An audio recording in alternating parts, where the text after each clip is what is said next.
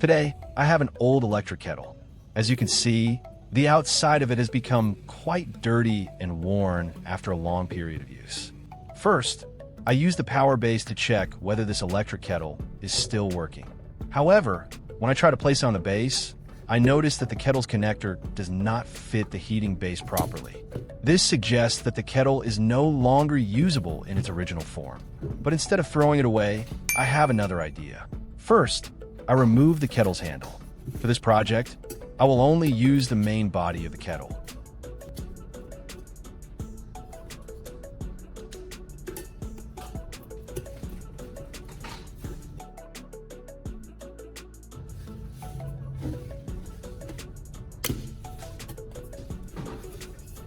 Let me know where you are watching this video from.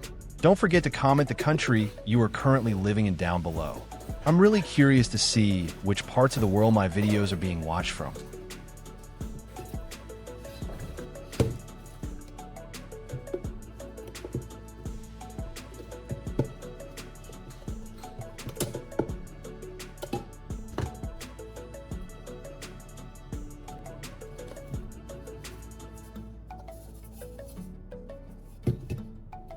Next, I use a cutting tool to cut the kettle spout in half.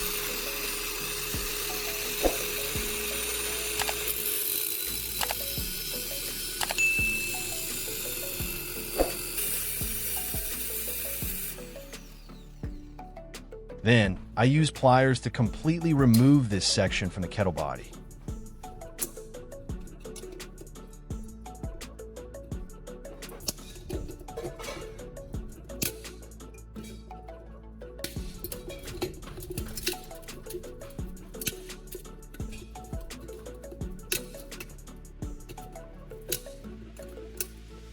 At this point, the kettle body has been stripped of its unnecessary parts and is ready for the next stages of the build.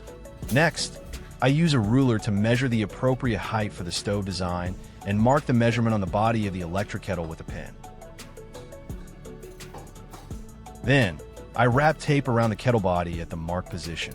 The tape serves as a guide, helping me make a cleaner and more accurate cut.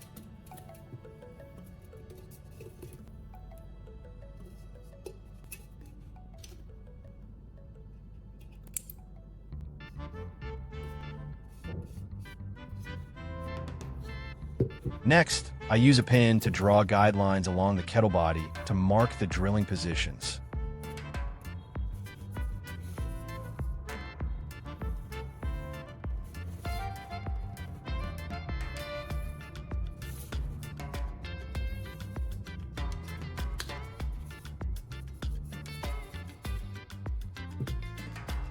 After that, I drill 3 holes following the marked lines.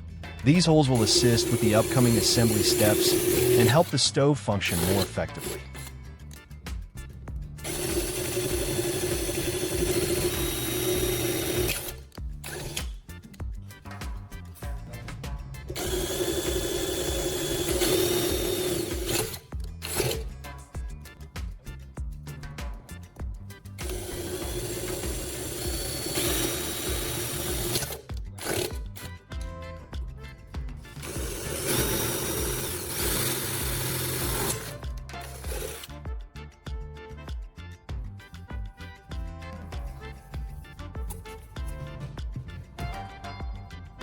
In the next step, I use a cutting tool to cut along the taped line and separate the kettle body into 2 sections.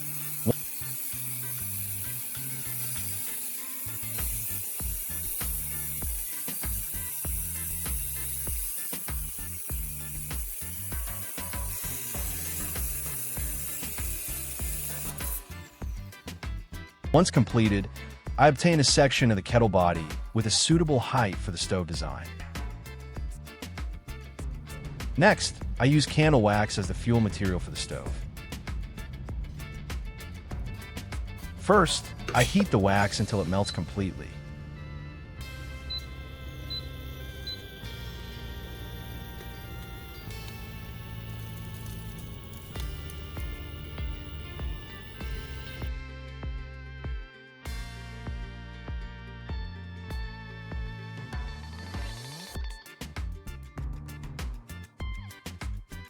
After the wax is fully melted, I add a small amount of used motor oil.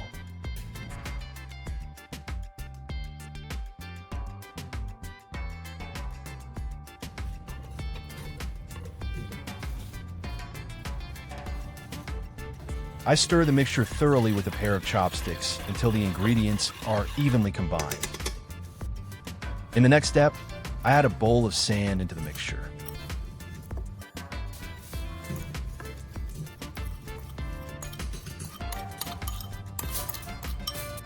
I continue stirring until the mixture becomes thick and paste-like. This mixture will act as the fuel for the homemade stove, helping it burn longer and maintain a more stable flame during use.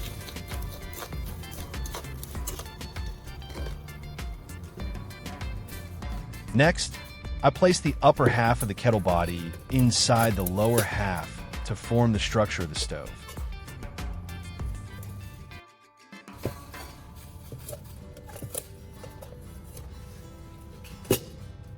Then, I pour the prepared fuel mixture into the space around the inside of the stove body.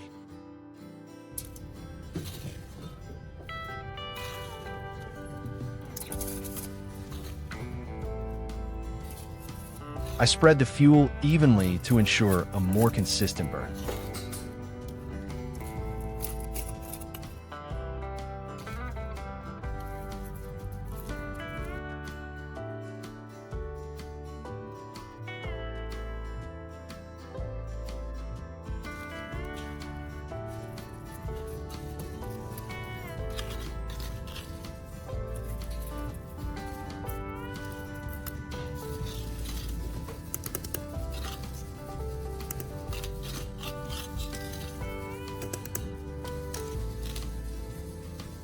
Next, I place several small stones inside and on top of the fuel layer. These stones help create a gap between the flame and the cookware, while also keeping the fuel material in place during use.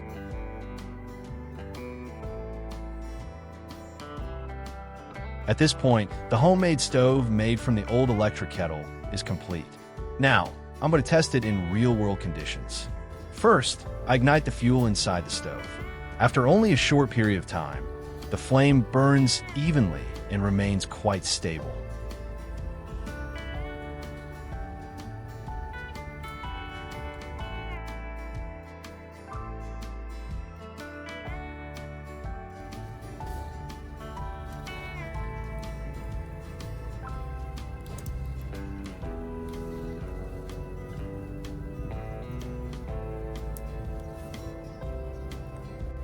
Next, I place cookware on top to evaluate the stove's performance.